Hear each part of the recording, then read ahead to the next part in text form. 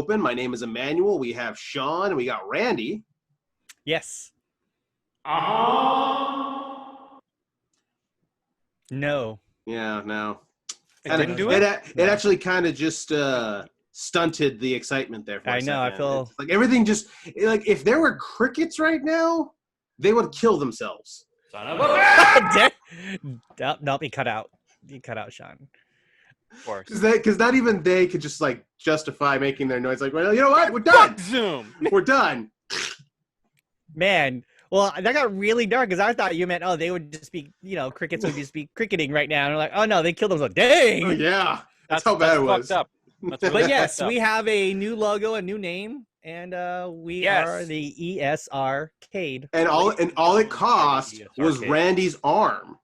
Yeah, that's the only thing that they wanted. They were like, we want. It's gonna change which arms now. Yeah, they're like, we just want his arm. You don't have to pay us anything else afterwards, but we need to have his arm. And I was like, are you Rocket Raccoon right now? Is that what you're trying to do? Yeah, anything mechanical, he's gonna take it. Also, if you are just tuning in and finding the ESRCade, we are also going to be video podcasting this. So if you go to our channel, you will definitely see the new ESRCade vid chat podcast. And if anyone's been following us on social, like our Instagram, Twitter, and Facebook page, you'll see that our logo's changed on our profile. Oh, yeah. And the handle's changed too, yeah. Yes. And yeah, I mean, and I'm sure there's going to be a lot of different ways in which all three of us will say the name, because I will stick to that it's ESRCade. ESRCade. It's ESRCade. You know what? A little emphasis on the end. I'm kind of also regretting the Cade that we used because we could have used Cade 6 Cade from Destiny on there. That would have been kind of cool too. Those are all. We had a meeting about this. Yes, we did. You know that, right? And we literally talked about this. And then this is the first I've heard of it. Everything else, once we finally got everything else into play, that's when the ideas start coming in. Like, we should have done this. We should have done this. Yes, folks, just a little insight behind the scenes there. We already had the concept ready to go, and then Emmanuel's like, what if we did this? Dude, Stop it. No more changes. No, we're not changing anything else. What if we just what if we just turn it just a little bit, guys? Just a little bit. That's all we gotta do. I ain't doing nothing. Exactly, Sean. Sean, handle this. You throw him out. It's gonna be the SRK now.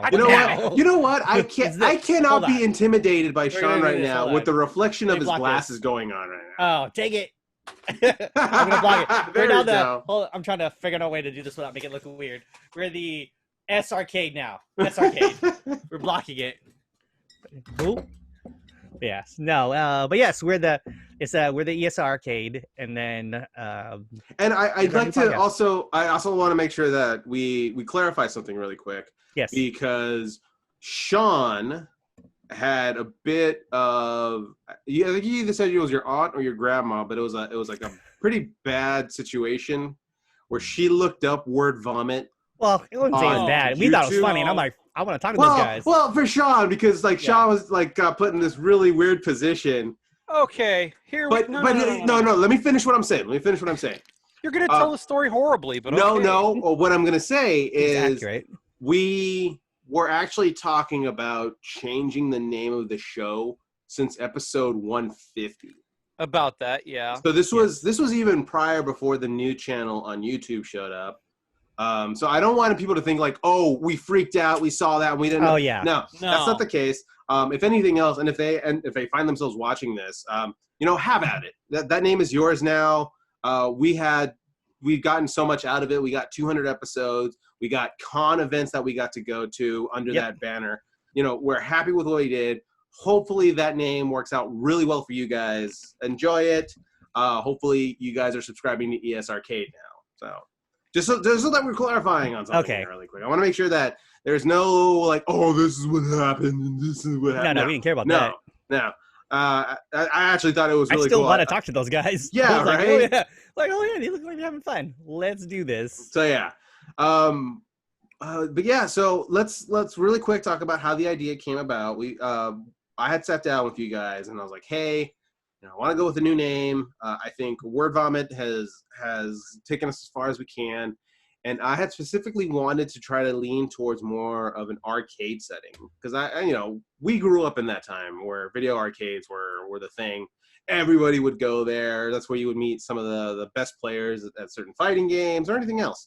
And we kind of just stuck to that. And then Randy, I give full credit to Randy on this one. Randy was the one that came up with the idea ESRCade. And I was just like, damn, like that's it right there. Like we've got something. Yeah. And I'm sure people are looking at it right now and they're just like, that's weird. Give it a little time. Trust me. It'll stick right there and it'll be something that you remember very, very well. So kudos to Randy. Yeah. I mean, if you weren't going to say it, I was going to say, yeah, this is my idea. I'm taking it. Hey, credit where credit's due, right?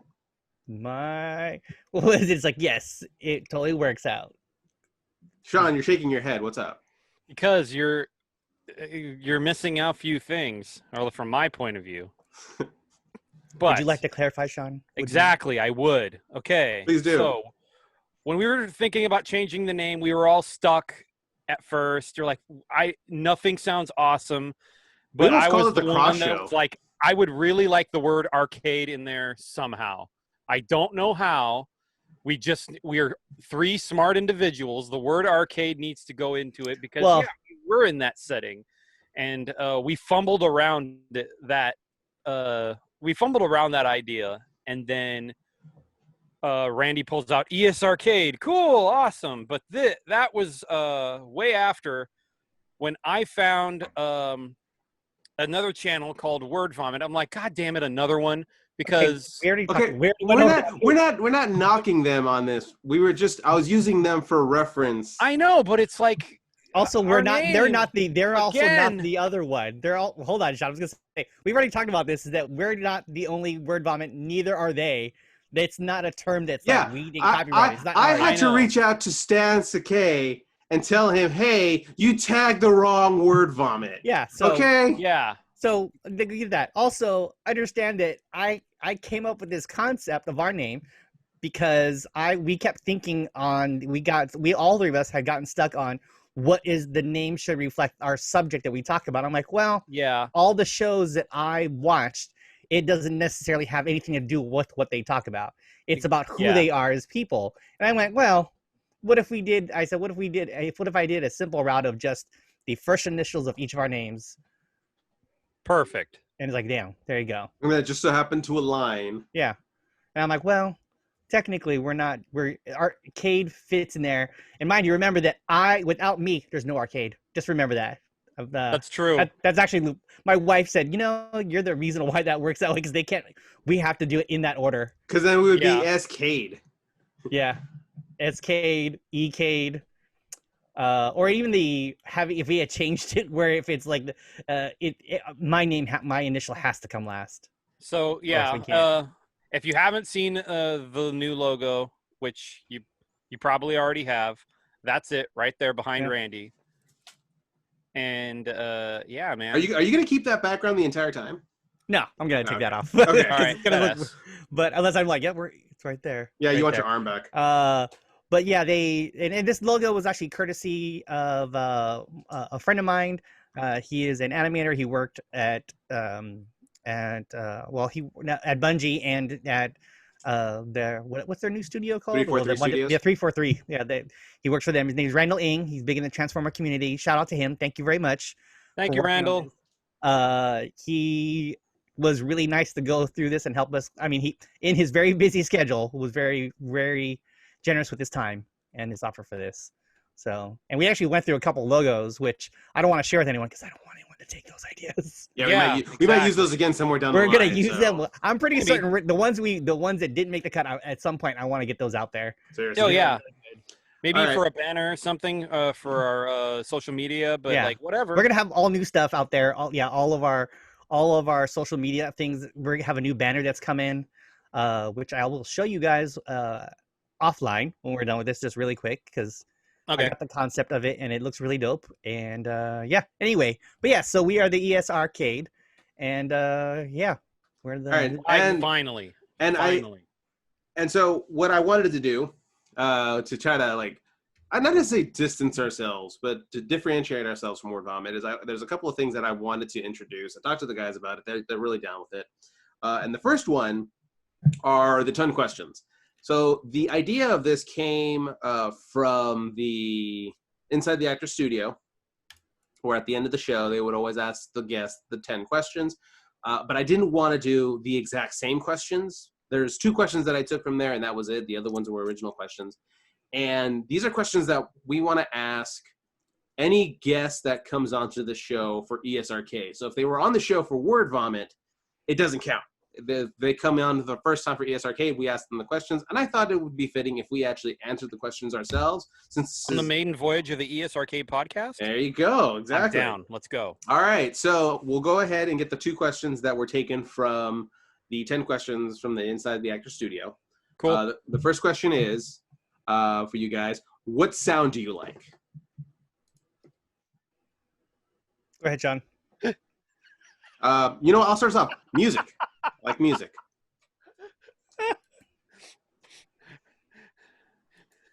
Yeah, I feel like he's going to say like a fart noise or something. No. How immature do you think I am? Ridiculously so. Come on. The guy who used echo noises throughout the prep of this intro. No, I wants was to ask about immaturity. Because I'm having sound issues and whatnot. I'm going to... God... I would say go back to someone else. Randy? I don't know. I like to hear like I guess the sound of fun. Like just fun times doing so like joy, essentially. Yeah, just joy. It's like yeah. Anyone enjoying having a good time doing whatever. Like I think Sean was hoping that it would take longer for you to answer because he still got nothing. Nope. Look, because there's so many sounds I like. I mean, you never really think of that. Well, okay, you got to remember, I didn't say favorite. I said just like. Okay. Oh, so that broadens my answer, and yes, you can make it XXX, or you could make it like everyone loves, like the standards, family safe sounds. Sean, I mean, whatever. I don't know.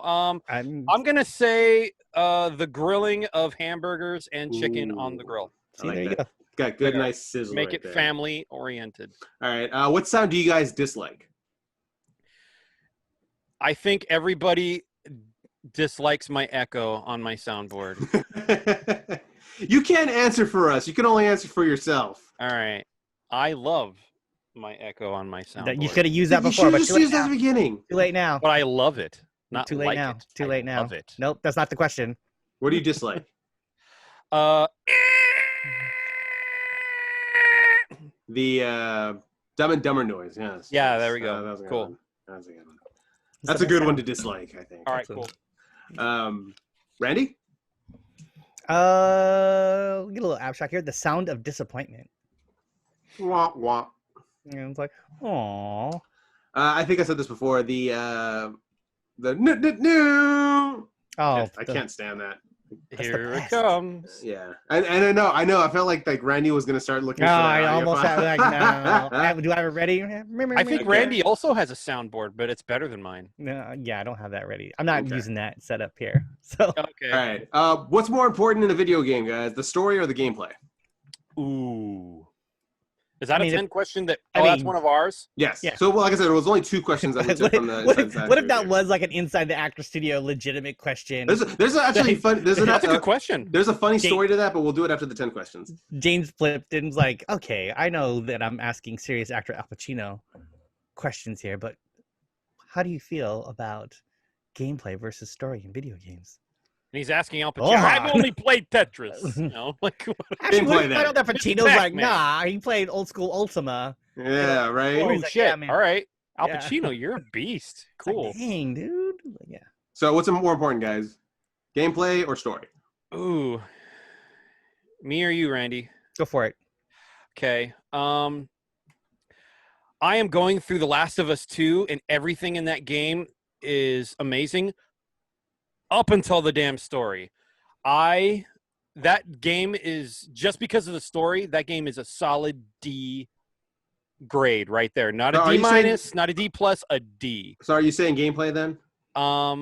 God. And then I play. Well, isn't the part that he's not liking the story? So wouldn't that important? At least that would by de facto go in gameplay. Well, yeah. And then I just played Jedi Fallen Order, and everything's pretty in that, and the story's amazing. And I'm like, why? I'm like, Jedi Fallen Order's beating the hell out of Last of Us 2. Wow. Wow. They made a good game. I'm gonna have to say story, because story would have made that game like a 10 out of 10. All right, Randy? An A+. I mean, it depends on the type of game. Like if I'm playing like a mindless platformer like Super Meat Boy, I don't really care about the story, but the gameplay can be fun and addicting. That's true. You want to stick to gameplay? But if I'm playing something that has a narrative, then the story would be important. Well, then to kind of put into context, if a story is bad but the gameplay is good, would you still play it, and vice versa? I mean, it can go either way. I mean, I don't see if you have one, you could kind of make do with the other lacking. If both are gone, well then, what are you doing with your life? Oh, that's just terrible. But I mean, like I'm playing Marvel's Avengers. It's a really great game. I just got that. I haven't started it yet. I'm very surprised by the amount of little things, little touches that I didn't expect to have in there. Like my son asked me how come Iron Man looks the way he does, and he's like, "What do you mean?" He goes, "Well, why is there a square on his face?" I went, "Oh, yeah, that's right. In the comic books, he has a mouth hole, but in the movies, they don't do that. The little slit that he has to talk through." He's like, "Why does he have them?" It's so he could talk through it. But doesn't the Iron Man suit have speakers? I don't know, son. I don't know what's going on. Okay, that's just how it is in the comic book. Shut up. But my only grief about it is because the way Crystal Dynamics made it, they're the team that made that had done Tomb Raider and everything. The thing that I do not like in it, and it's just a minor thing, and it's, I don't know, it's like not necessarily a gameplay issue, but it's like the same thing that happened in Tomb Raider, where remember like when Conan O'Brien was playing, and then she kept going down the river and gets spiked by those branches, she dies terribly, goes to a loading screen, you then have to wait and then go through the whole thing again. There is a scenario in which something like that can occur in Marvel's Avengers. And I'm like, guys, really? It's not necessarily, yeah. And it's not. I haven't gotten into that yet. Shit. It's not. I don't think it's not. You will, problem. Sean. You will. It's gonna happen. It's one of those things where and then it just loads, and it's not like a long time. I think it's like 15 seconds, but it's one of those things where I'm like, oh my god. I'll stick with gameplay when it comes down to it. If something has a good enough story, but I'm not sitting there and enjoying my trek through the story, I'll stop playing. I'm done. What excites you more for a movie, the actors or the director? I'll go first. I'll say actor. I'll go director. Choose one or the other. I feel like the right director can bring out great things in an actor that they didn't even realize they had. I don't know, because you can't. I think it's the opposite, because you could have a lackluster director, but you can have good actors that'll make it better. Because you can have really good people in a movie, and then they're gonna do their best, but then they have a director who is really egotistical and really likes that 360 spin, and then Cuba Gooding wonders why he did a period piece about World War II and didn't get anything out of it. Yeah, that's Michael Bay. I'm talking about Michael Bay. Yeah. So it's like, but you can get like a crappy actor who may have thinking the opposite. Let me paint a picture. Yeah. We have Arnold Schwarzenegger, Sylvester Stallone, with director Michael Bay in The Bridges of Madison County. That still not be a good movie. That's a Family Guy reference. Yeah, I know you stole that from Family Guy. It's exactly Family Guy, but it's like that's the movie I cannot wait to watch. Ooh, so what is it, Sean? Actor or director? I want to say, because my real answer, it depends. But I'm gonna have to say director. All right. Dead or alive, who would you like to have lunch with?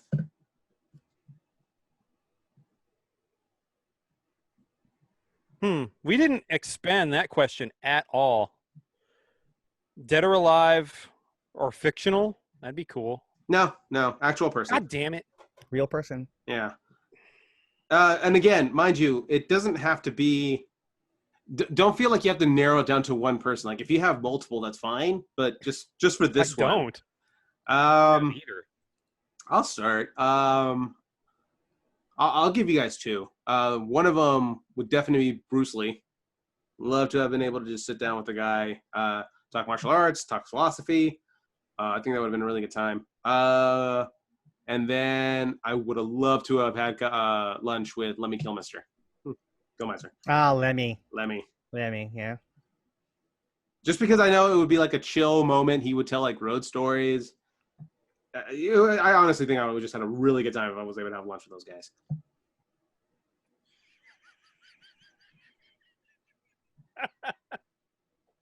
Okay. Go ahead, Randy. No, go ahead, Sean. You I'm laughing at your response, Emmanuel. Because I can't because I can see like after Bruce Lee gets all like goes all philosophy and martial arts, and Lemmy's just kind of sitting there drinking like Jaeger and whatnot, and be like, oh, that's cool. Jack. It's interesting. It's Jack. It's Jack. Or Jack. Right. Fine. And then he looks at both of you and goes, let's go get some action. Let's go get some. There birds. you go. Yeah. There you go. Bruce Lee would go say something philosophical, and then he goes, no, then they come to us. Yeah. We don't get anything. They come to us. Randy, do you have anybody? I would like to have had. I'll go. One person with music right now is I was thinking about her. Was it Debbie Harry from Blondie? Oh. Because she's like I guess the first like mainstream front woman would have gotten, and like how Blondie was such a like dating. They were such a dating give a F band. They're like, yeah, and then she rocked out. She rocked out in a pencil skirt on stage, like harder than most bands that did at the time. And then the next person, if I get two, I'd probably want to go with I'll go with comic book legend Jack Kirby, just to talk very nice. Stuff. And see how he like if it were possible to discuss the things that the things he could, how it's changed and how it's consumed now, how he would feel about that. Sean, did you think of anybody? Only something very lazily, and hopefully, once all that happens, we go on like some capers or something, or some adventures. So I'm just gonna say Matt Stone and Trey Parker. Oh, hey, there you go. Yeah. And hopefully we get into some capers where I would need a lot of money, like an extra pair of shoes and socks, maybe like a whole new like clothes or something, because.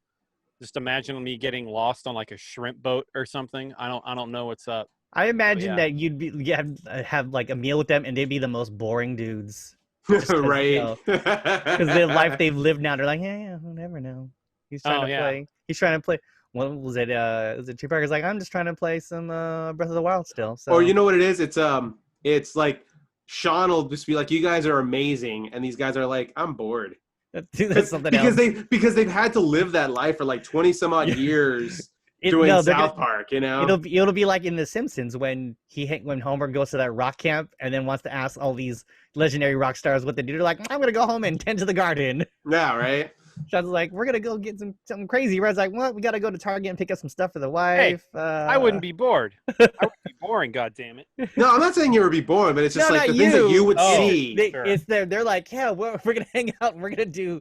We gotta go pick up something at the. If anything, I think Sean would be amazed because he would realize that Matt and Trey were human. They're like, oh, what are you guys doing? They're gonna do anything crazy? Like, no. I think these are things you should have caught them 20 years ago, man. All right. Next question. Let's see here. You have a time machine that will take you round trip to any point in history for viewing only. Where would you go? DS. Oh, but then why would you want to just re-see it all? Wait, what was it? Talking about the old store that we worked in. The old school what? The old game store that Sean and I worked at. Oh. I was like, oh, dude, that's nice, but No, it's the truth. It's basically the whole vibe of the video game store me and Randy ran was just basically like high fidelity. If you've ever watched that movie, John Cusack, Jack Black, and the other guy, what's his face? I think that's actually where Jack Black realized that he can sing. Cool. Yeah. But because he said what was his German new age band that he came up with, the fake band. High Fidelity was the starting point of Tenacious D. Yeah. Much. So the whole vibe of that store was basically a whole lot like High Fidelity. So yeah, that's where I would go. Randy? Just a view. In time and space. I didn't say space. Well, technically, wherever we go. If we're being space technical, as a whole, space as a concept. You are living in space. I am in space. So yeah, space and time. Don't bullshit out of this. I am. That's how it is. If I'm gonna go somewhere else, I can go to 1942, but 1942 here is really boring. I need to be able to move. So I don't know. I guess I don't know, something lame like see the birth of Jesus Christ. I don't know time travel. I don't feel like I want to see these things like that because then the reality of it may not be actually true. Okay. Well, the way I think about it is that if you try and do that, I would imagine that there's time police that would stop you. You're like, no. Well, then they would stop you. Like, you don't want to screw with the time police. Yeah. I mean, if we're viewing only, I'm like, well, like the time rates and Flashpoint and whatnot, like they won't allow that. They don't mess around. So that's why I said DS. They'll leave me alone for that. You don't know that. You don't know that. You don't know what well, no, yeah, because he's not changing anything. Yeah. Well, that's what I'm saying. I'm not trying to change anything either, but not necessarily viewing a thing. What you're expecting them based on what you've heard, it may not be what actually happened.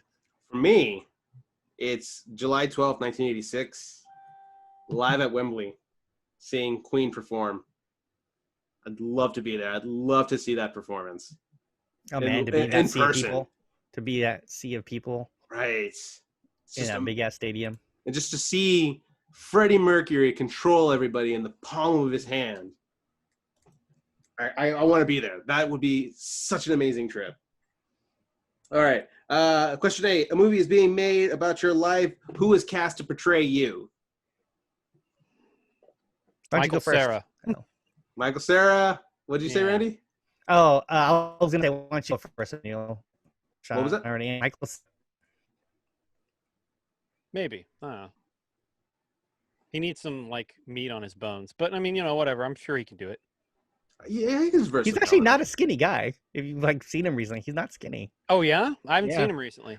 Yeah. I watched him in the Scott Pilgrim anniversary table read. Uh-huh. If you guys haven't seen it, they reenact the entire film through Zoom. I've been seeing so many of those. It's lately. But that one's it's actually one of the best ones because they actually do the entire movie and everyone sells it the best they can. I gotta look that up then. I didn't realize it was a thing. And then they did a retro a roundtable about the movie. But yeah, Michael Cera, I looked up, I'm like, man, he is bored and eating a lot at home.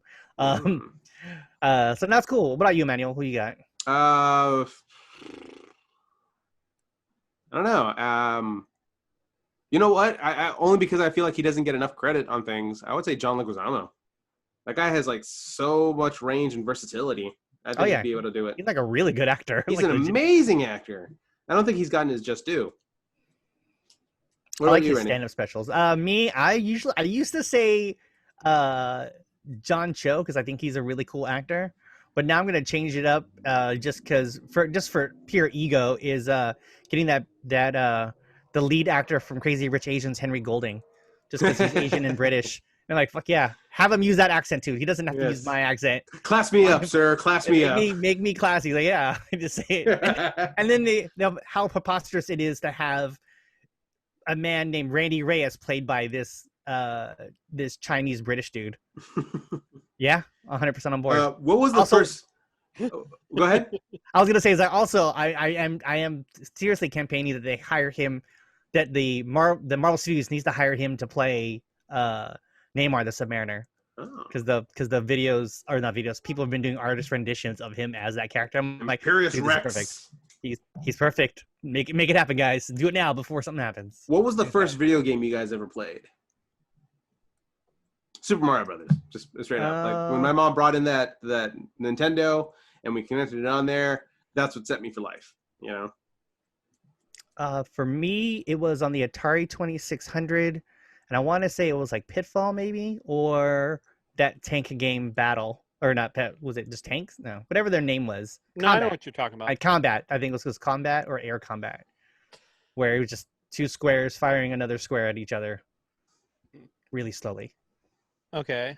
Simple. I don't know if it's an Atari 2600, but it was definitely an Atari system, and it was Popeye's arcade machine. Oh, that's right. I remember that one. Yup. I'd have to say that. Nice. That's and last question. Who is one of your absolute favorite characters from any medium? Television, movie, comics, video games? Bugs Bunny. Jim Raynor. I'm gonna go with any character Nick Offerman plays. Specifically, more popularity. He was Ron Swanson in Parks and Rec, but he's so. I don't think you understood me. Let me rephrase that. I said Make sure you understand. all your I eggs. want all your eggs and bacon. Not just a lot. Not just a lot. Oh, bullshit this. Hey, that's one of his favorite characters from television. You can't be mad at that. Okay. So that's the 10 questions. The 10 questions will also be asked any person who comes onto the show. We'll either start off the show or we'll end the show with that. But you know, that's a little bit about us. So thanks for listening. We are now going to go to the next thing that we wanted to put on here called Nailed It or Failed It. Nailed It or Failed It is going to be our, I guess, judgment on live action portrayals of characters from comic books, video games, and we check to see if they were any good. A couple of guidelines for this. For the movies, the live action performances only. If the actor actually did motion capture for it, then that's fine. And finally, the character has to have a decent amount of screen time, which means if they just walked by, it doesn't count. Sorry, Colossus from X2, you carrying a TV is not enough for me to judge him. He hit something, didn't he? What the hell are you talking about? He was in the danger room with everybody. That's in the third movie, even. He threw Wolverine at... Oh, sorry, not enough. Not enough. I think it might be a different actor too, huh? No, you know what? It's actually the same guy, but he doesn't have any. He doesn't have a lot of dialogue. He doesn't get a lot of dialogue. Yeah. Oh, okay. Which is why he doesn't fall into this category. Like, that's kind of lame. Because we don't have enough to judge him by. Yeah. All right. Okay. Also, no Russian accent. Ugh. So lame. Man. Yeah, he says one time. So I don't want to judge him on that. It took 5 actors to get it right. So. All right. So the first one we're going to start off with is Liev Schreiber, who portrayed Sabertooth in the X-Men Origins Wolverine. Terrible movie, but did he do well? So Liev Schreiber is an Emmy and Golden Globe nominated actor and is the main character of Showtime's original series Ray Donovan, which lasted for 7 seasons with an 8th supposedly in the works. Schreiber also provided his voice to the portrayal of Wilson Fisk, the Kingpin in Spider-Man Into the Spider-Verse. Schreiber only portrayed Sabertooth once in X-Men Origins Wolverine. As far as Sabertooth, considered to be one of, if not the deadliest antagonist to Wolverine, Victor Creed has appeared in Marvel Comics in Iron Fist number 14 in 1977. Violent and sadistic, Sabertooth embraces his savage qualities that Wolverine tries desperately to suppress. Each year on Wolverine's birthday, Sabertooth always appears to torture his eternal foe. Gentlemen, did Liev Schreiber do a good Sabertooth? I think we're already breaking the rules here with Liev Schreiber and Sabertooth already. How's that? Well, because, I mean, as opposed to who? Like, all right, hold on. It's not necessarily an opposition of somebody else. We're not a comparison to another live performance. It's more, but it's like, general. So then it's not breaking the rules. Mm-hmm. Do you need a minute to think about it? Also, technically there's the first X-Men movie where they had that professional wrestler play the part. He does have dialogue. It's not necessarily his dialogue because it's Professor X mind controlling him. Wait, who? What professional wrestler? It was an indie guy. It wasn't somebody who was like in a major promotions. The guy, remember in the first X-Men movie, they have Sabertooth there. He actually has kind of comic book accurate costume. Do I need to pull it up, Sean, to show you? We're going off topic. Well, my screen share is disabled, so I can't. Let's stick to the topic at hand. Mine is not disabled. Let's stick to the topic at hand. Liev Schreiber. Tyler Mane. Did he do a good job as Sabertooth? Well, yeah, of course he did. But, like, as opposed to who? As opposed to the character himself. Did he do an honest portrayal of Sabertooth that we know of? Yeah. Okay, so... we're not comparing it to another live action. You're so complicated, Sean. Right, I swear. You're right. It was the first time we did this. I need practice. I understand what Emmanuel was talking about. course you do. Well, yeah. But I get yes, because I secretly sent Morse code to Randy so that he better prepared himself for this. I know you didn't. Wait. That would be incrly petty if you did. No, Emmanuel, like, Tyler. Yeah. I'm not trying to steal. I'm not telling him to steal third, Sean. Right. All right. Like Tyler Mane, he in the first X-Men movie, like what did he do? He didn't see. He was on screen. We're not talking about him. We're just talking about Lee Schreiber. That's it.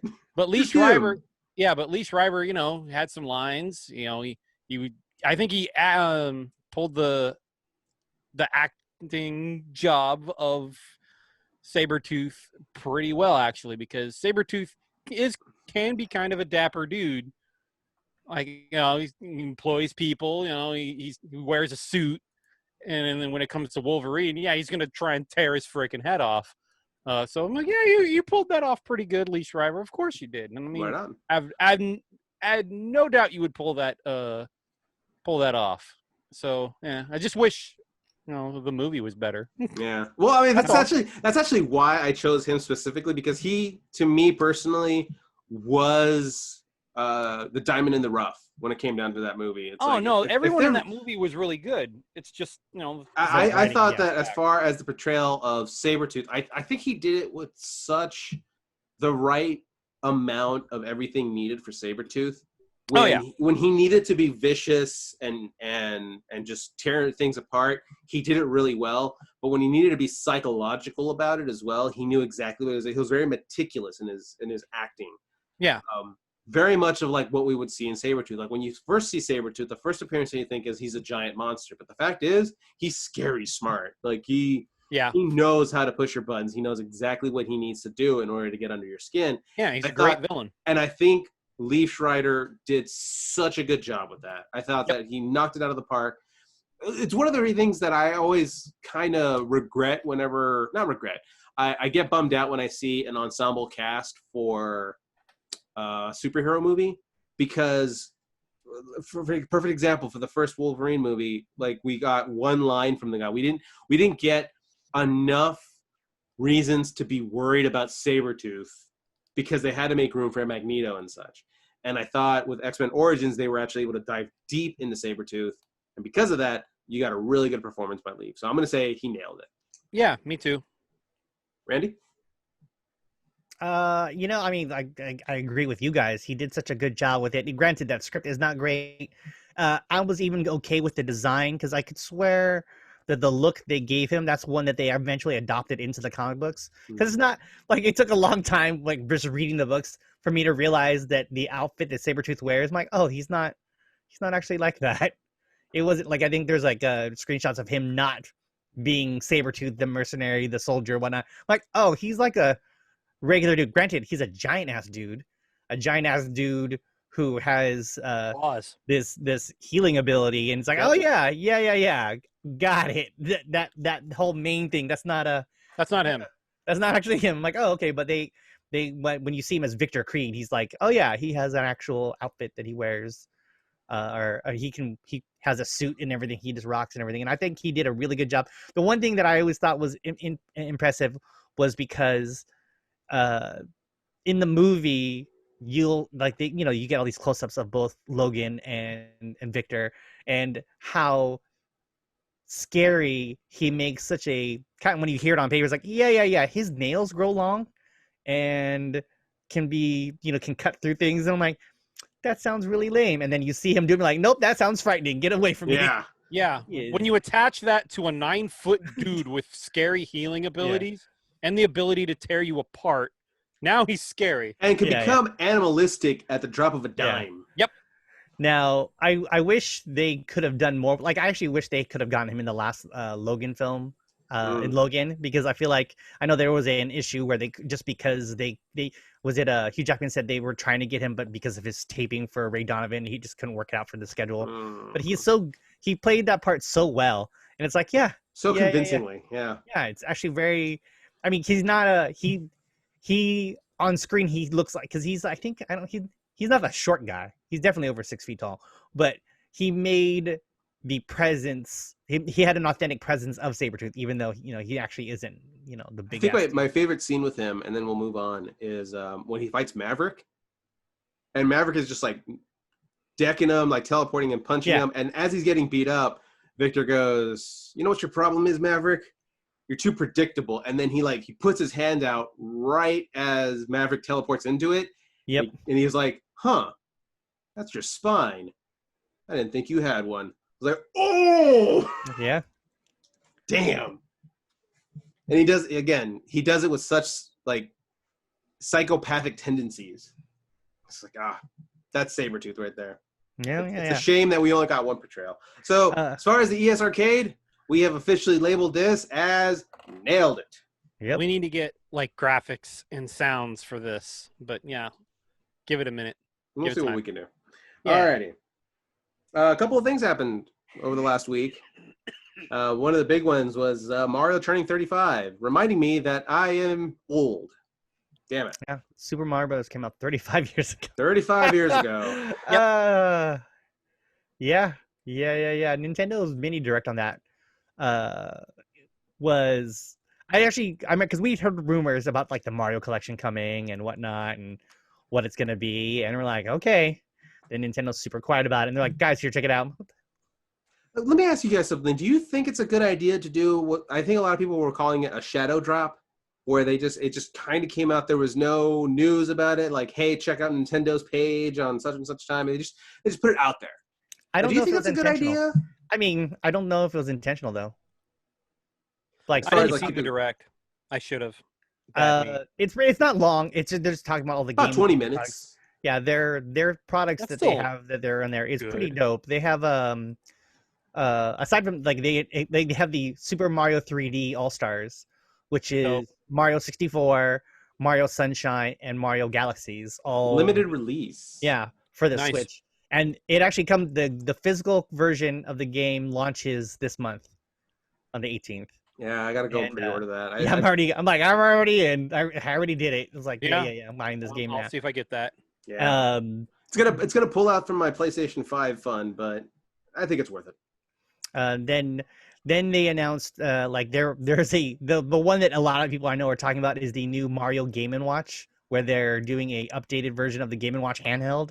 And everyone's all over, and it has Super Mario Brothers and the Lost Levels built into it, which I'm like, dang, that's rad.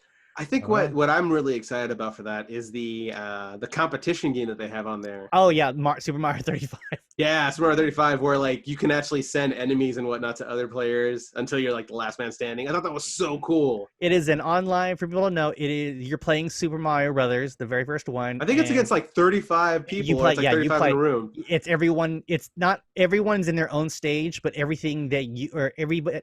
Basically, if one person knocks out an enemy, it gets distributed to the rest of to everyone else. Think of Tetris, but not really. Except all platforming. It's like, yeah, you're gonna go through this. It has the consequences of Tetris. It's like, yeah. I feel like it was like the result of like Puzzle Fighter, where when you break a brick, you end up sending bricks over to your opponent. That's kind of the same idea. That's how Tetris works too. When you beat an enemy, they get sent over to the other players. Oh my god! I saw that. And I was just like, man, I can't wait to try that out. And isn't it part of the? I'm gonna fill Sean's screen with such trash. It's gonna be all turtles. It's like, yep. Here, he's like, enjoy the Koopas, jerk. Here's some. Why am I fighting 3 Bowsers? There you go. It might happen. If you're the last one, what's gonna make it worse is if it comes down to 2, and then it's like, well, someone's gonna get a ton of stuff now.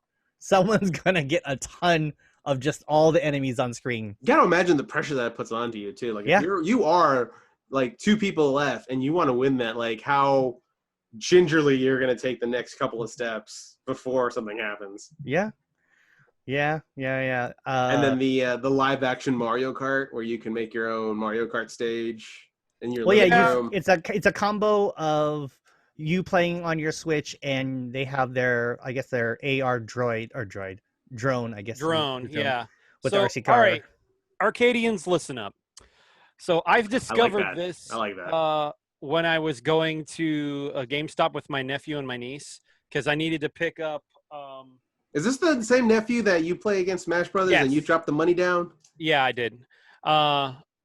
and it happened again, and he won, or he was really happy about himself. So anyhow, yeah, we went. Would you like me to get your money back, Sean?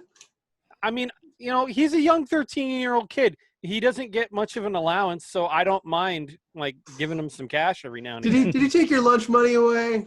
Just be honest. He virtually took your lunch money away, didn't he? No, come on, my lunch money, please. Look. So anyhow, Arcadians, I went into a GameStop, and I needed to pick up Ghost of Tsushima and Avengers and Tony Hawk 1 and 2. Oh man, I want to do that. I discovered that and was like, what? You can play live action Mario Kart with the drones and everything?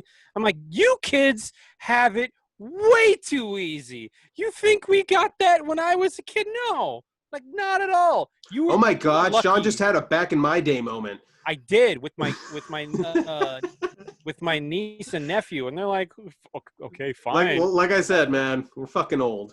You guys got it way too easy. We paved the road for you. You're welcome. Give me my money. Give me my stuff, damn it. Yeah, so that was fun. But I didn't see the direct. I should have. Yeah, it was pretty cool. It's like I said, 20 minutes. It wasn't anything like obscenely long. Mario got his due. 35 years, man. That's really saying something right there. Not like WB's DCFandom. Oh, that was great. I guess we're talking about the fandom now. Yeah. Oh, please. Can we? So good. Oh, Sean, you sound so excited. Oh, it was great, man. I feel like you can barely contain your excitement right now. We needed it, man. We really needed it. Oh, it was so good. So because me and Randy were talking right before the show happened. It was like, so yeah, Black Adam, Kondak, that we swear to God that's gonna happen. I'm telling you. And you have The Rock giving the a monologue for like the Kingdom of Kondak. And I love how he was also giving Ryan Reynolds a bunch of crap. He's like, you are gonna be in the Black Adam movie. You're gonna be Hawkman. And you're gonna like it. Yeah. You're gonna like it. Shut up. Yeah. You do not say no to Dwayne Johnson. Fuck you. You could say no. I can say you do no. not. I will. It's not going to go very far. It's not going to go very far.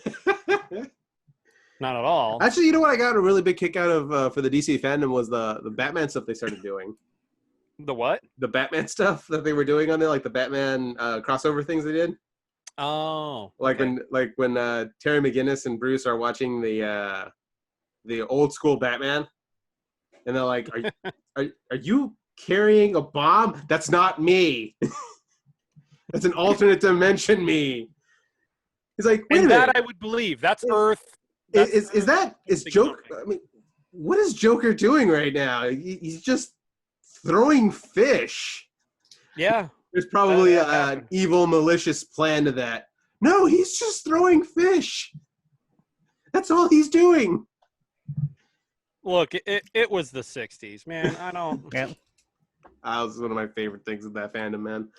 Also, I heard that the handler for the Twitter account like dropped the gauntlet on Marvel.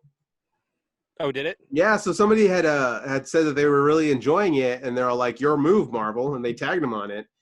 And I was like, is that them calling them out? And then like DC was just talking mad mess. They should. They're riding high, and Marvel needs to hit back. Yeah, I think because it's just everything has gotten delayed because of everything that's going on in the world. That's true. Because we know what we're getting. We're getting Scarlet Vision. We're getting Bucky and Falcon show at some point. Well, yeah, we're getting. So it's not like they're not doing anything. They're definitely doing. It's not like we're not going to get those those shows on Disney Plus first. We are. That's definitely coming out before Dwayne Johnson is Black Adam. Let's be real. Because they were actually in production. Yeah. Exactly. So, what are your thoughts of DC fandom, Randy?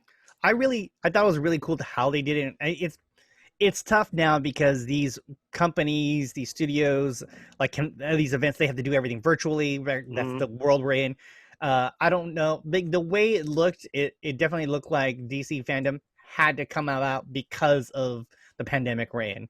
So it's like we're not necessarily getting everything the way like they would have announced this. These their announcements they would have had at Comic-Con or something like big and live and whatnot. The one thing I was surprised to see was the amount of people that are gonna be in the new Suicide Squad film. Like all the announcements. I'm like, good God, and I get it because the director they have, he is really good at doing ensemble pieces. So I'm not. And this was written by James Gunn, right? Yeah, James Gunn. He was the writer. He's the screenwriter for it. But it's one of those things where you're like, yeah. But I'm like, I'm just looking at the list of the characters they had gotten there. I'm like, that is a lot of people. I was like, oh my God. And it's not like they didn't get and not a lot of them are going to make it. It's like, oh well, of course not. Suicide's going like they're disposable people. I'm pretty sure Sean Gunn's the Weasel. He's gonna die. He's gonna die hard. Do you think they'll kill John Cena? Ooh. You know what? I think they will. I think they might. I don't think to be honest, so because no one's safe in the Suicide Squad. Yeah. That'd be kind of neat if they just killed him off. It'd be more funny if he just showed up, if he rolled in a Charger, like just rolled up. It's like, all right, guys, and he's got his character was Brad Pitt and Deadpool 2, and then just get blown up. You're like, dang. As soon as you see him, he dies. What I'd want is King Shark to roll up on him and then bite him. Like, oh wait, was he with us? Yeah, that's it. And King Shark gets him. King Shark. Love that. But yeah, nothing. We're making fun, but it'd just be funny because John Cena is such a big name. Like, is he gonna make it? It'd be. I would. I think he is in the position right now where it's not going to necessarily hurt his career. No. That guy is set. Like, if it was an up and comer, then yeah, it's just like, oh, you only had 2 seconds in that movie. Who wants to get that guy in this one? Well, he's also like, I've seen him in interviews with pretty much every movie he's been in, and he's a guy who will sell whatever it is that he needs to do. Yeah, he's like, yeah, I'll totally do this. Who cares? Yeah, I think he'll live. He commits to whatever he's given to him. I know he got a lot of crap in his wrestling days, but when you give him something, he will give 110%. Oh yeah. And easily. He will do everything in his power to make sure that whatever you give him, he knocks it out of the park. I'm looking at the list of actors and the characters they're playing in this. Idris Elba will live. You think so? Being Bloodsport's gonna have Bloodsport. The guy who does the sports villain. The Weasel. He's dead. The Harley Quinn's living. You're not killing Harley. No, not the way there. No, I'm not gonna do that now. Not doing that. Speaking of, I think James Gunn tweeted out to have everybody rewatch the Harley Quinn cartoon. It's a good series. I would love to. It's a great series. It's a good series. Just so that they can try to boost up the numbers to keep it going. I need to get HBO Max. It's totally worth it, man. I know. And by worth it, I mean it's worth it. I don't know. There's all that kind of stuff. What else can you say it's worth it? The one thing I will say is I'm looking at the list of these characters. Obviously, there's no one's gonna make it, or not everyone, like we said, is not gonna make it. I'm looking at them like, characters I don't think will make it in there. Ratcatcher 2. Don't think you're gonna make the cut. Yeah, there's already a 1. Oh man, that's a lot of people in that. But no, all this stuff they've talked about, the obviously they're showing more stuff regarding the Justice League Snyder cut, which I'm really excited to see, only because I want people to stop talking about it now. Yeah. We were talking with Mike Kerosene back in the day about this. We were asking, are you genuinely excited about this? Sean, has your opinion changed? Because I think you said you weren't really excited for it.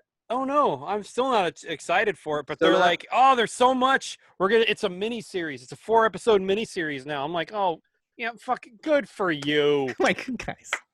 Oh great. Well, you're such a trailblazer, Zack Snyder. Well, this is gonna suck. Which makes me laugh about the horror deals. I'm not hoping that it's bad. What makes me laugh about this, it's how many people are so backing him. I'm like, wait, how many people actually watch sites? How many of you guys who are saying release the Snyder Cut actually trashed everything else Snyder that he did? Yeah, it's guys, come on. What has changed artistically for him since the last time he worked on a movie or a DC movie to now? What is it that people think happened that makes him oh, my stuff's going to be so much better now? There's nothing to show.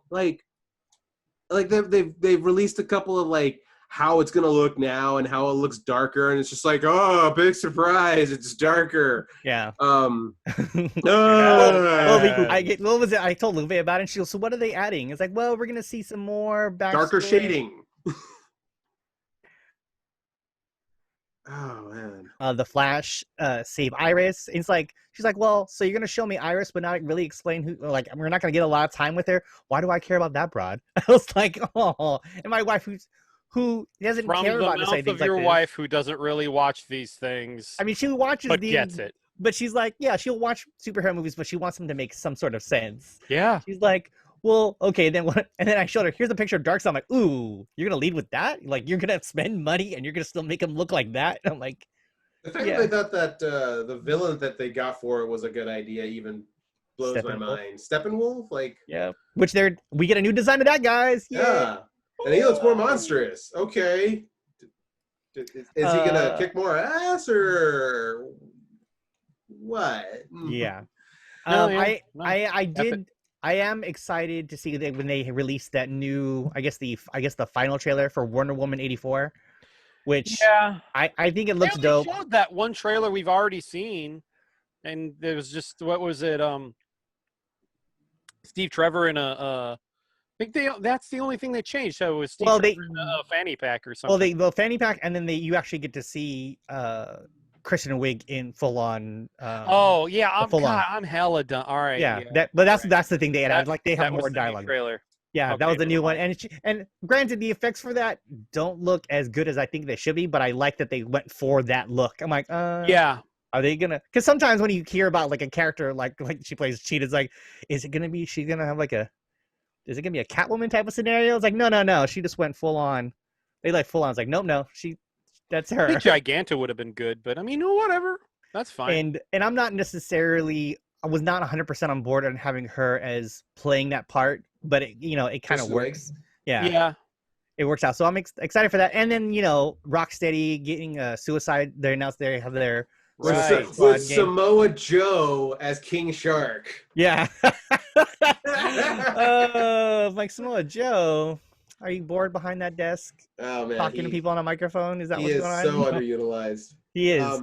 But yeah, good for him. I know that he's a big gamer. He's a giant nerd. Yeah. Literally speaking, he's a giant nerd. Giant dude. So I guess if that's gonna happen, but you brought up something interesting.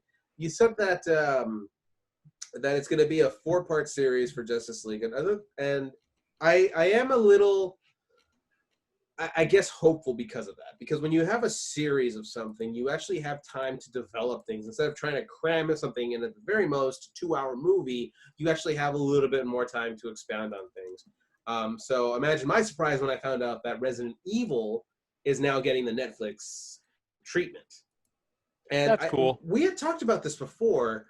Where we were saying, like, with the Netflix series and with just something that's like 6 to 10 episodes, because that's generally what series goes for nowadays, is you have that time to kind of build up towards a big event. Whereas a movie gives you a 90-minute clock to do so, we have 6 episodes of something that we can do. And we've seen that it could actually be done because we saw what they did with The Witcher. Where it's kind of crazy. Don't get me wrong. When you watch it, you don't know if you're watching a flashback or if you're watching real time. But that's kind of a bit of its charm in it as well. It's setting up a tone for something so that we get a payoff. And it's gone to the point where we have got a confirmation that Netflix is going to be renewing it for season 2 coming out in 2021. So we can see, maybe I may be going a little, brazen when I say this. But so far what we've seen is that if you're going to take a video game, you'll have more success for it as a series that you'll have than a movie. What are you guys' thoughts? Me or you, Randy? Go for it, Sean. Okay. You were ready to unload, weren't you? You just had your gun ready, just like, let's do this. A little bit. I like the idea that Resident Evil got, or this guys that's going to do the series. So the director is going to do from Breaking Bad and Walking Dead are going to be doing some episodes. That's cool. No idea who's going to be casting and whatnot. You get an idea of the plot.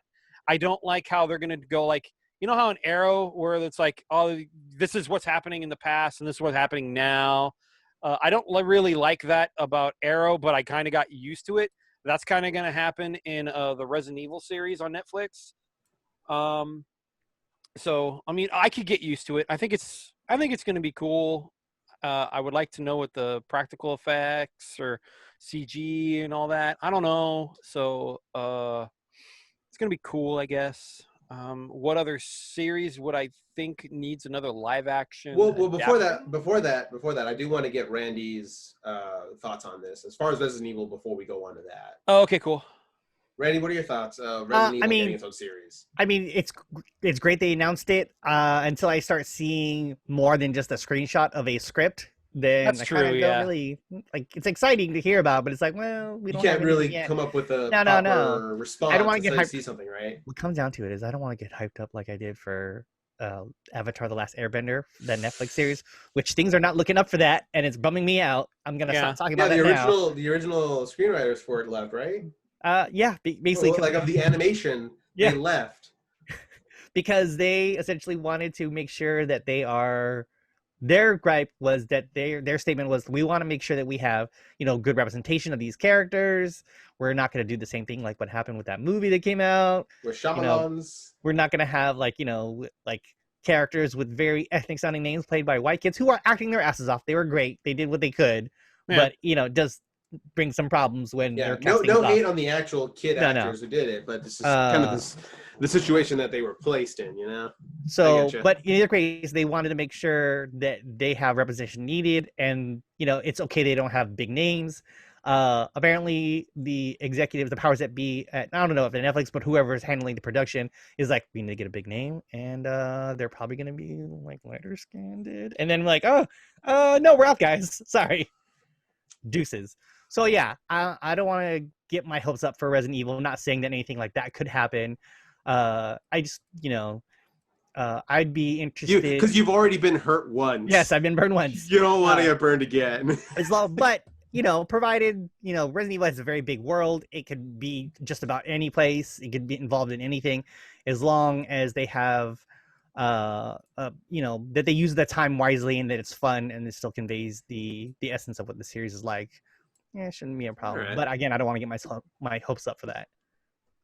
I feel like the universe of Resident Evil is rich enough to where it could warrant a series. Like it is. There's enough in there to where they can go exploring on things. We can get some more background on certain things that we didn't get necessarily in the video games. Like we know the idea that Wesker was born to essentially.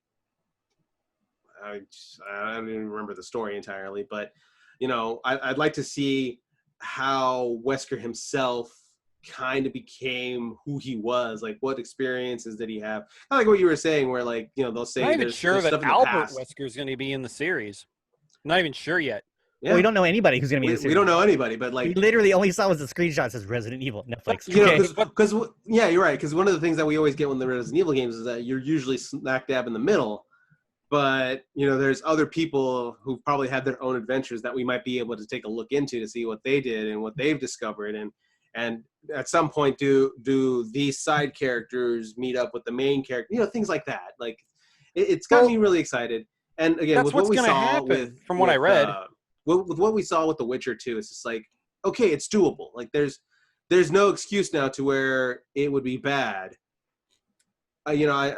I joke that we're old, but we're at that point in time where the people that are writing these things were fans of it. They're roughly our age, maybe some a little bit younger, some that are a little bit older, but they grew up on this. So it's not like, oh, hey, let's make a quick buck. Like, no, it's just like, let's tell this really cool story and make large amounts of money instead of a quick buck. So with that said, as far as the Resident Evil series, we're seeing more and more of this happening. What series do you guys want to see get the? I'll say the Netflix experience, because they're primarily doing that. Don't get me wrong, Amazon's doing that, Hulu's doing that, but I think the big player in it is Netflix. Oh yeah, they always sign big checks and whatnot to get things going on their platform, which is great. But yeah, they got the monies, so and they ain't afraid to spend it. So good or bad. What series do you guys think deserves the Netflix treatment? Oh, I mean, with the Netflix treatment, I think that's kind of broad. I mean, you put Castlevania in there and it's an anime, and it's still great. Sean, well, he's referring for live action. Sean, go more into the mic. You're speaking to the side of it. Oh, well. I'm trying to be comfortable here. Damn it. Okay. Anyways, I guess I will skip over Sean then. Yeah. And let's give Sean the opportunity to enjoy his microphone. Randy, please go ahead. I always feel like the series. Oh man, little toe left on. He is little really going down on that thing. That poor choice of words, bro. I did worse. No. You gotta cup it, Sean. You gotta cup it. Anyway, a series that I feel like just in general, I feel like it needs to get some love, but I know why it doesn't because of who published it. But I really like to see more of Dead Space, and just because I really like that franchise. But didn't it get some books? Also, there's books out there. So. There's a bunch of stuff I've gotten, but good old EA doesn't know how to handle anything that's anything. Got it. Good. But yeah, I feel like that's a series that you could do, like maybe not a lot of seasons, but maybe 1 or 2 you can get going. And I know it is expensive because it does take place in space, and that has consequences and whatnot to deal with money wise. But Netflix, you got checks, you got stacks on stacks on stacks. But yeah, I think a series like that could do because their lore is really got really deep, a lot more deeper than I thought it was going to be. More than just it's a chemical that made these people into monsters. Like no, there's all kinds of stuff going on here. Sean, what do you think? Is there a series that you would love to see given that opportunity? The whole live action treatment in Netflix. There's 2 that come to mind. Fire away. I'd say The Last of Us. Even though I'm not liking the sequel right now, I think the world is good enough to actually do a live action kind of series for it. Let me break into that for just a quick second. Let me ask you something. Do you want to see, as far as if this does end up becoming a live series, do you want to see more of the characters that you play in the video games, or do you want to see brand new characters stuck in that same universe? You know what? Because I think where the game is doing right now, I think you probably can't do the characters in the character of the game. I like to see new characters in that situation. Yeah, I think new characters would do in that situation. That's the one I'm thinking right now. You said you had 2. The other is Metal Gear. I think Metal Gear would be pretty rad, live action. I'm blanking on who should probably do it though. I don't know. I think it would. There's enough lore there to actually do a live action like spy thriller action kind of live action thing. That would be pretty dope. But I don't know who would play Snake. I have no idea who would play Raiden, whatever. Fuck it. Meryl. I don't even know who you can get to direct that sumbitch. So, but I think it would be good if you tried. Give it a shot. I'd like to, and it would probably be expensive. Oh God! just to jump onto what Randy was saying, as far as it's kind of like space futuristic, but I'd like to see Saga get a Netflix treatment. Because I'd love to see what they do visually with everything that's in there, because there's no, what's the word I'm looking for? There's no like normal, I guess you would say. No, well, because their world is not. It's not our world. It's not our world. It's just so many different cultures, people, things that I think it would be rad if they were able to get a live series for it. But just the production value that the production bill to have that would be astronomical. It would have to be good though.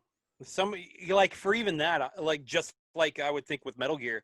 I mean, who could direct something like that? Right, That's another question. Who would want to direct something Who wants to try and take a chance? Yeah, Like, that's a big gamble right there. Yeah, the director that takes that on is definitely taking a risk, just being like, I don't want to be the director that fucks this up. Yeah. But you want to be the director that does it really well and casts really well. And that's like, oh God, who do you cast for this? It's like, I would think that as far as something like this, because it is popular, but it's a bit more of a niche audience, I think that Brian K. Vaughan would have a very big He's good.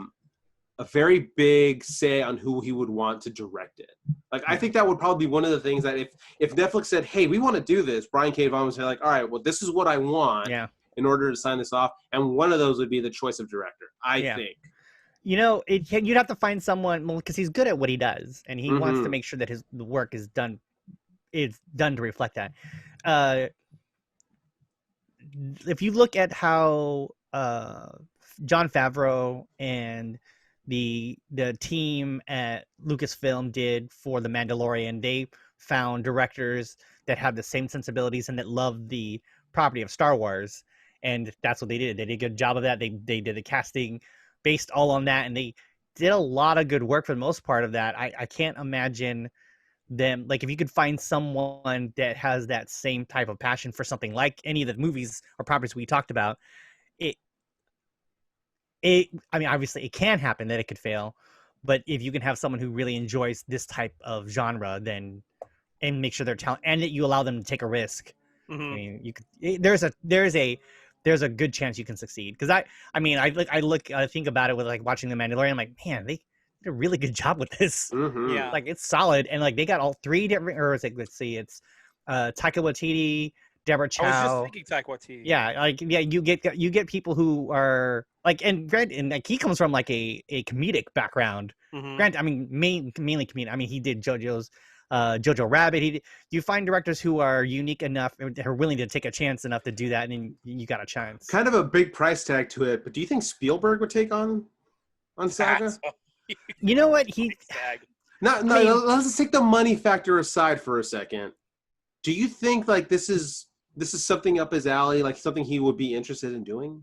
No. I mean, no? I think he might, because didn't he? I asked the question because, you know, he did Avatar. He also, I mean, well, Spielberg. Sure, they paid him for Avatar, though. I mean, well, Spielberg. He also was involved in Ready Player One, so That's he's true. he was a producer, wasn't he? Yeah, and I think I'm gonna double check. I don't know if he directed it. But yeah, just again, taking the price tag aside, Sean, do you think this would be something that he would be interested in? Like, just from a story narrative. No, Steven Spielberg directed Ready Player One. Oh, he did? He straight up directed it. Yeah. Nice. So he directed it. I'm like, well, yeah, then yes. I mean, I think if that's the case, he read the book and he enjoyed the hell out of it. And all you got to do is show him, hey, and he did the best he could, because Ready Player One's not, like, really, really great. I mean, and it's an impossible film. I don't know, man. It did. I really enjoyed it. I thought the movie for what it is, and then it made. You had reservations? Yeah, I mean, there's no way you can get this. After I read the book and then saw the movie, I'm like, there's no way you can get this. Well, you're never gonna compare. You can never compare the books to movies. It's really tough to do that. I can't help it. Also, Sean, this movie made $3.7 billion, so it didn't do well. I mean, just saying. Hey, he can have his opinion. He can totally have his opinion. So. $3.7 billion. Good Lord, worldwide. Don't judge a movie by how much it makes. Actually, you kind of have to. Yeah. Don't. I mean, yeah. There's a certain level. Judge movies there's a certain level, like, depending on the budget in itself compared to how much it made. Yeah. So, like, if there's, like, a perfect example is the Resident Evil movies. Like, those were all terrible, but they all made profit because they didn't spend so much money. They kept making them, and nobody likes them. Well, and people enough like it. If no one liked it, no one would watch it. But we can honestly look at those movies and be like, these are terrible. Yeah, exactly. Well, for what you're getting. Yeah, but I mean, you know, it still makes money. So. It made a lot of money. But yeah, I mean, I had read the book. That's the only reason you look at box office numbers and how much money it makes. You're like, cool, maybe a sequel. let me present that question back to you one more time, Sean. Taking the price tag aside, do you think Spielberg would be interested in doing Saga, whether as a movie or as a series? He was ballsy enough to do Ready Player One. I don't even think it's ballsy. It's in his wheelhouse. That's actually in his wheelhouse.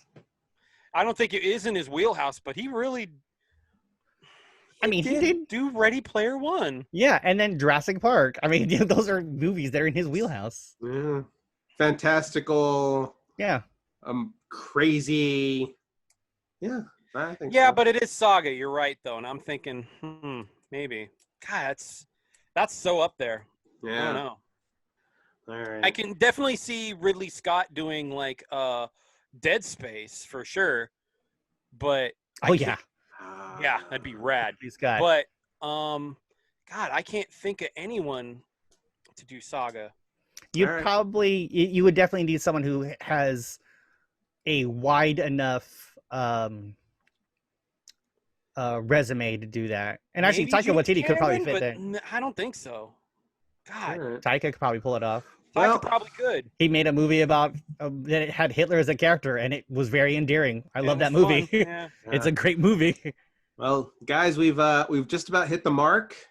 So what I'd like to say is I want to leave this up to everybody who's listening in. Chime in, let us know. Actually, I think now's a good time to start the hashtag ESRCade.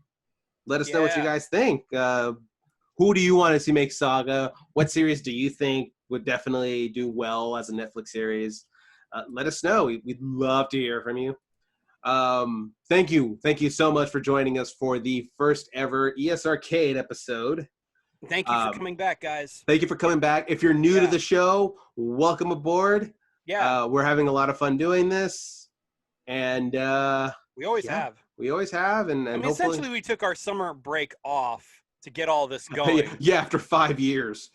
So, it's fine. So thank you for joining us. Ladies and gentlemen, the arcade is officially closed.